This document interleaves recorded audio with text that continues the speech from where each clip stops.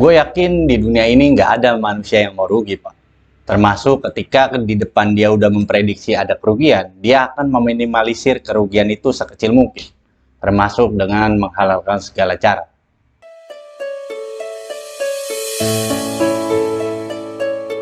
Ini muncul di kepala gue, Pak. Selentingan, sekedar selentingan aja sih. Gimana kalau gue nyeritain pengalaman gue ketika ngurusin OSS atau perizinan kantor-kantor orang lain, bukan kantor gue ya.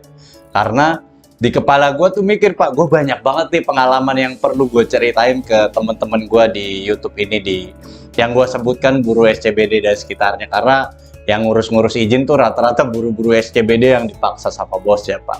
Sebelum itu, jangan anggap ini sebagai keluhan, Pak. Karena kenapa? Karena gue nggak bakal berada di tempat ini kalau nggak ada 4.500 kalau itu subscriber gue ya. Ya secara detailnya itu ada 4.726 per tanggal 10 Juni kalau nggak salah di tahun 2022.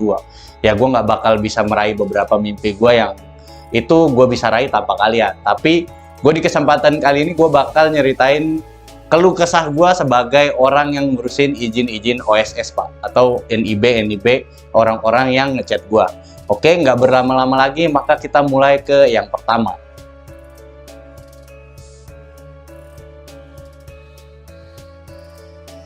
Oke, sebenarnya pangkal daripada masalah ini tuh satu, Pak. Pangkal dari masalah ini apa? Gue udah sering beberapa kali diingetin sama teman-teman gue, Rul, lu tuh ketika ngurusin NIB atau ngurusin OSS orang, itu lu minta DP dulu.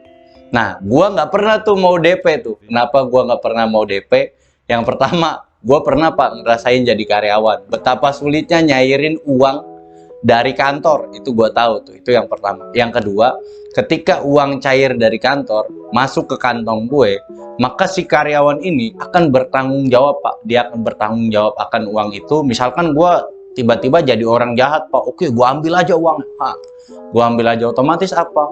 Otomatis si karyawan tadi itu harus bertanggung jawab mengganti uang kantor dengan uang dirinya. Sebenarnya pangkal masalahnya memang di situ. Itu pun udah gua sadari berulang-ulang kali. Pun gua sempat berpikir apa gua sifatnya harus mendp aja, mendp orang-orang ini. Itu yang sedang gua pikirkan, Pak. Ini daripada ini tuh pangkal yang benar-benar jadi inti daripada masalah ketika gua ngurus OSS. Nah, pangkal daripada masalah ini menghasilkan masalah-masalah tuh, Pak. Masalah-masalahnya apa aja?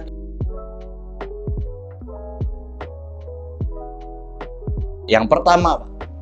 Yang pertama, gue sering banget itu nggak dibayar, Pak. Misalkan, gue udah ngurusin nih izin OSS nih, gue urusin kan. Gue udah kirim tuh. Gue udah kirim, nanti gue bakal munculin di sebelah kanan gue screenshot bukti bahwa gue udah ngerjain OSS tapi nggak dibayar misalkan. Nah ini gue udah kirim terus sama dia gue bilang, halo mas, ini saya udah kirim ya, saya udah selesai untuk pengurusan izinnya. Nah kemudian dia bilang, nanti ya mas bayarnya, nanti sampai akhirnya hari ini ya tidak pernah dibayar. Itu terkait dengan tidak pernah dibayar. Pun yang kedua, gue dipotong bayaran gue pun sering, Pak. Dipotong bayaran sering, misalkan, oke mas, nanti kita deal ya, dealnya berapa? Harga 350.000 misalkan untuk ngurus NIB. Kalian bisa deh cek di tempat-tempat lain ketika kalian ngurus NIB itu biasa harga sampai 2 juta ke atas, Pak. Sedangkan kalau sama gua paling mentok 1 juta, 1,5 juta. Nah di bawah itu bahkan banyak klien yang gua kerjain, misalkan sekedar 200.000, 300.000 gua kerjain. Karena apa? Karena merasa untuk UMK nih, jadi kita mudahkan saja lah. Nah cuman sadisnya orang-orang ini adalah gue deal sama dia 350.000, gue dipotong, Pak. Pas dibayar, gue cuma dibayar 200.000, yang katanya 150.000-nya nanti ya mas, nanti sampai hari ini ya gue nggak dibayar.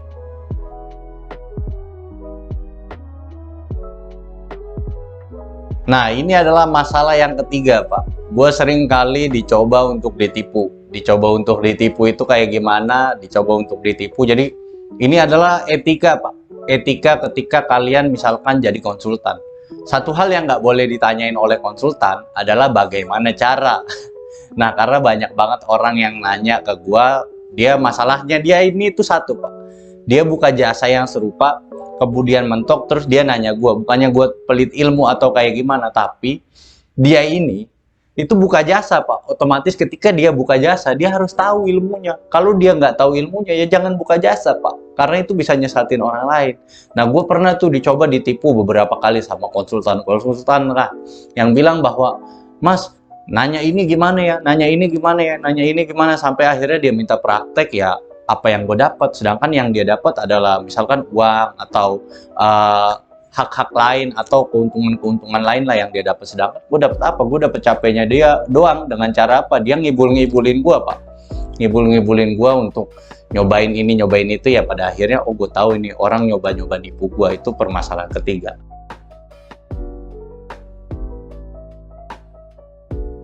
Yang di permasalahan keempat Pak, orang tuh biasa ngiming-ngimingin gue pekerjaan. Misalkan ngiming-ngimingin pekerjaan tuh, satu, misalkan, Mas, tolong ajarin saya OSS dong. Nanti Mas boleh deh saya kerja di sini. Dia nyuruh gua kerja di kantornya segala macam. Ya pada akhirnya apa? Nggak ada pembuktiannya sampai hari ini.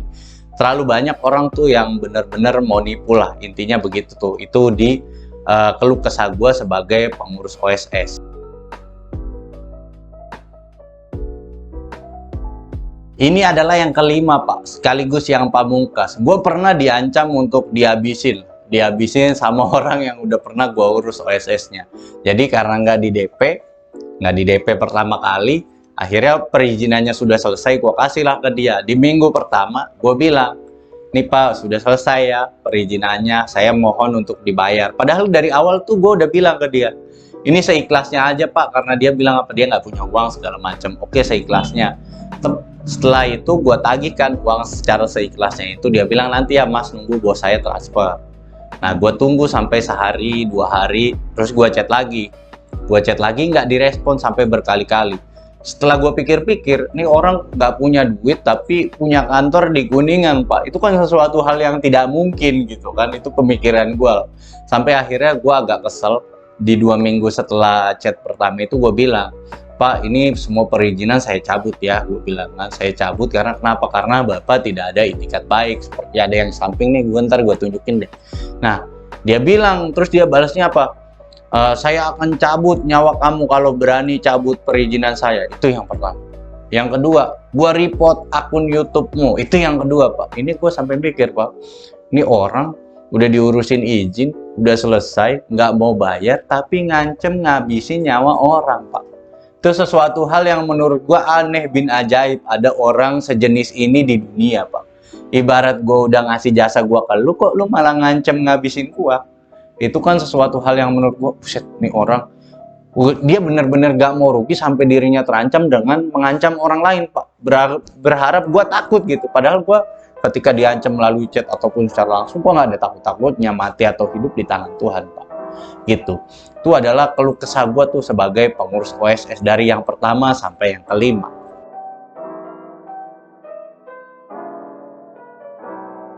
Oke, ini kesimpulan Pak dari semua keluh kesah gue tadi. Yaitu gue tadi bukan, ya ibarat ya gue sebagai sisi gue sebagai manusia, gue juga berhak berkeluh kesah Pak. Tapi lebih dari itu, gue meminta maaf dengan sangat kepada orang-orang yang pernah ngechat gue, dan gue lagunya tuh kayak bandit Pak. Deal berapa? Maunya berapa? Fixnya berapa? Gue pasti langsung menanyakan uang. Itu semata-mata karena ya gue pernah kecewa sama orang-orang yang udah gue baik-baikin. Pada akhirnya apa? Dia malah ngehantem gue gitu, ngehantem dengan cara yang tadi nggak dibayar, bayaran gue dipotong, gue ditipu, sampai gue diancam buat dihabisin lah. Nah itulah kenapa sifat itu, pengalaman-pengalaman tadi membentuk diri gue yang sekarang. Yaitu ketika ada orang nanya gue, pasti gue langsung nanya. Ketika gue yang ngerjain, bayarannya berapa? Maunya berapa? Dealnya berapa? Gue langsung to the point, karena gue nggak mau ada ketidakpastian di dalamnya. Nah ketika sudah deal, pasti langsung oke, gue jalankan, bayar ketika selesai. Itu sesuatu hal yang tidak pernah berubah Pak. Gitu. Oke. Semoga pengalaman ini bermanfaat Pak buat kalian. Semoga juga kita sama-sama bisa saling bersinergi untuk kedepannya. Dan semoga video ini benar-benar bisa bikin pelajaran lah buat kalian, itu bisa jadi pelajaran buat kalian. Ayo kita subscribe channel ini. Gua bermimpi supaya channel ini setahun ke depan bisa 100.000 subscriber, supaya gue dapat silver play button Pak. Ya, itu sebagai cita-cita gue 1 tahun ke depan. Oke, semoga ilmunya bermanfaat. Sampai jumpa di vlog atau video selanjutnya. Dadah.